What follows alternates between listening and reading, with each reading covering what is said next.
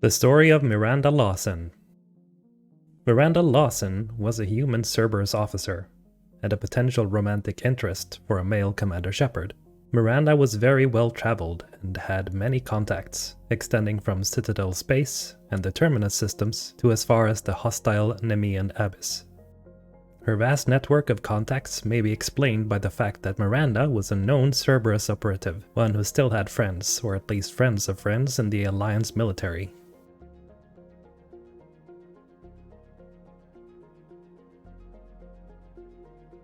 Did you like the video yet? Miranda was born in 2150. As she explains to Shepard, Miranda never had a mother, only a father who is extremely influential, wealthy, and egomaniacal.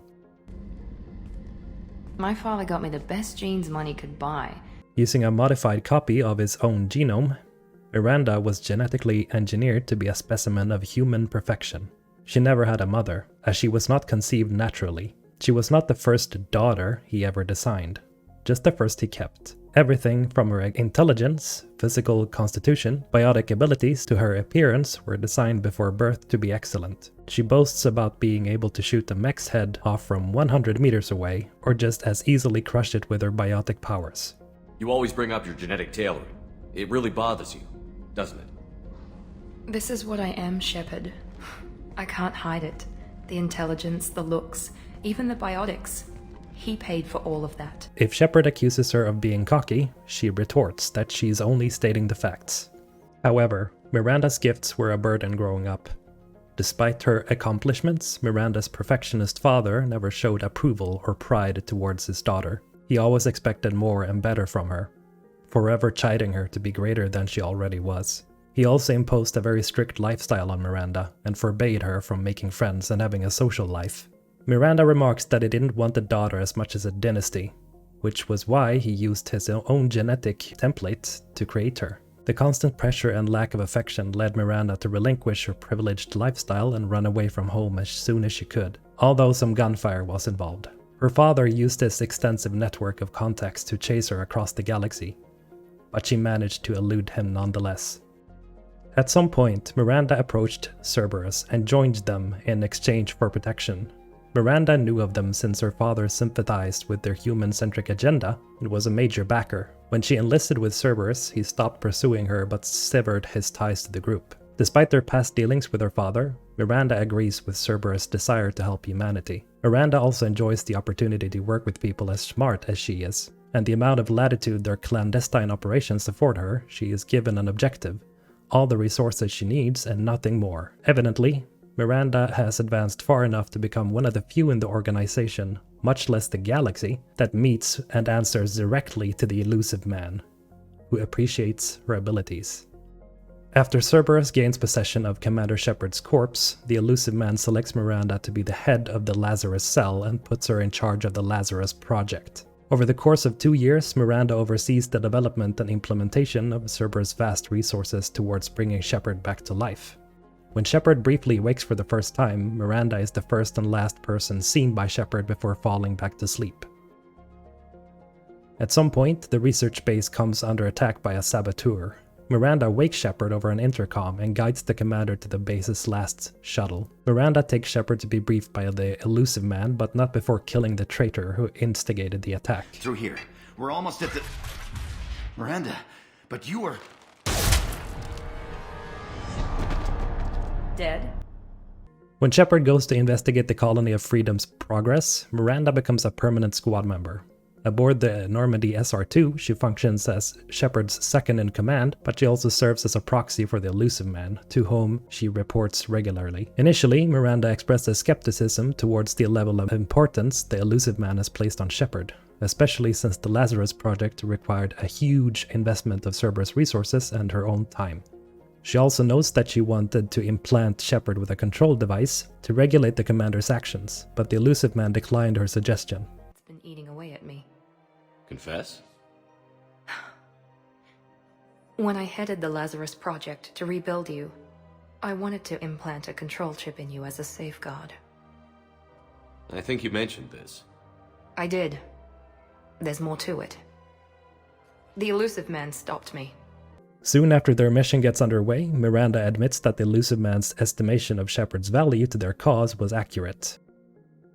After the Normandy successfully navigates the Omega-4 relay, Miranda plays a highly visible role alongside Shepard during the attack on the Collector base. After defeating a Collector cruiser, a disabled Normandy crash lands on the station, prompting Miranda to grimly remark that the mission was always likely to be a one-way trip. We all knew this was likely a one-way trip.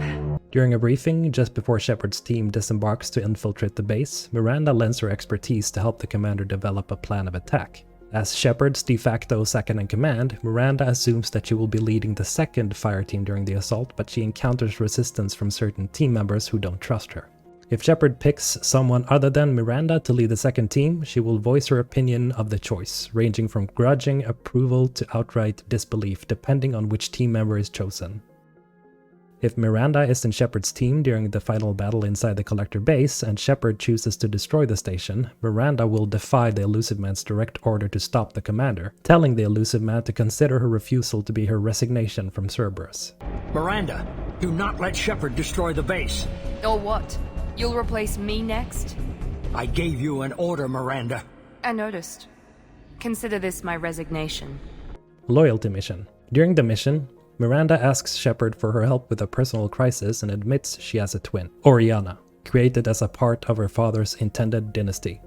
Miranda explains that the reason she joined Cerberus was to hide and protect Oriana as well as herself. While their father stopped searching for Miranda, he never stopped looking for Oriana. With the help of Cerberus, Miranda managed to establish a new life for Oriana on Ilium, where she has lived a life of normalcy their father would have denied her. Unfortunately, Miranda received word from a contact claiming that their father has finally discovered Oriana and will try to abduct her. Cerberus has made arrangements to relocate Oriana, and Miranda wants to go along to ensure nothing goes wrong. After gaining the loyalty of both Miranda and Jack, the next time Shepard boards the Normandy, Joker will radio in about the fight aboard the ship. Smear the walls with you, bitch! Enough! Stand down, both of you. The cheerleader won't admit what Cerberus did to me was wrong. It wasn't Cerberus. Not really. But clearly you were a mistake. Jack wants Miranda to admit what was done to her by Cerberus was wrong, but Miranda refuses to acknowledge that Cerberus was at fault, claiming it was a splinter group, not Cerberus, calling the shots. Shepard can either resolve the conflict without picking sides, in which case both Jack and Miranda agree to put off their fight until after the mission with the Collectors is over. Romance. After her sister has been relocated, a male Shepard can talk to Miranda and show a romantic interest in her. He can tell Miranda that she gives herself too little credit for her accomplishments and that she should allow people to appreciate her body and mind, resulting in Miranda wanting Shepard to admire her body. If Shepard returns her feelings, she expresses cautiousness in the relationship, but also expresses her interest in it as well.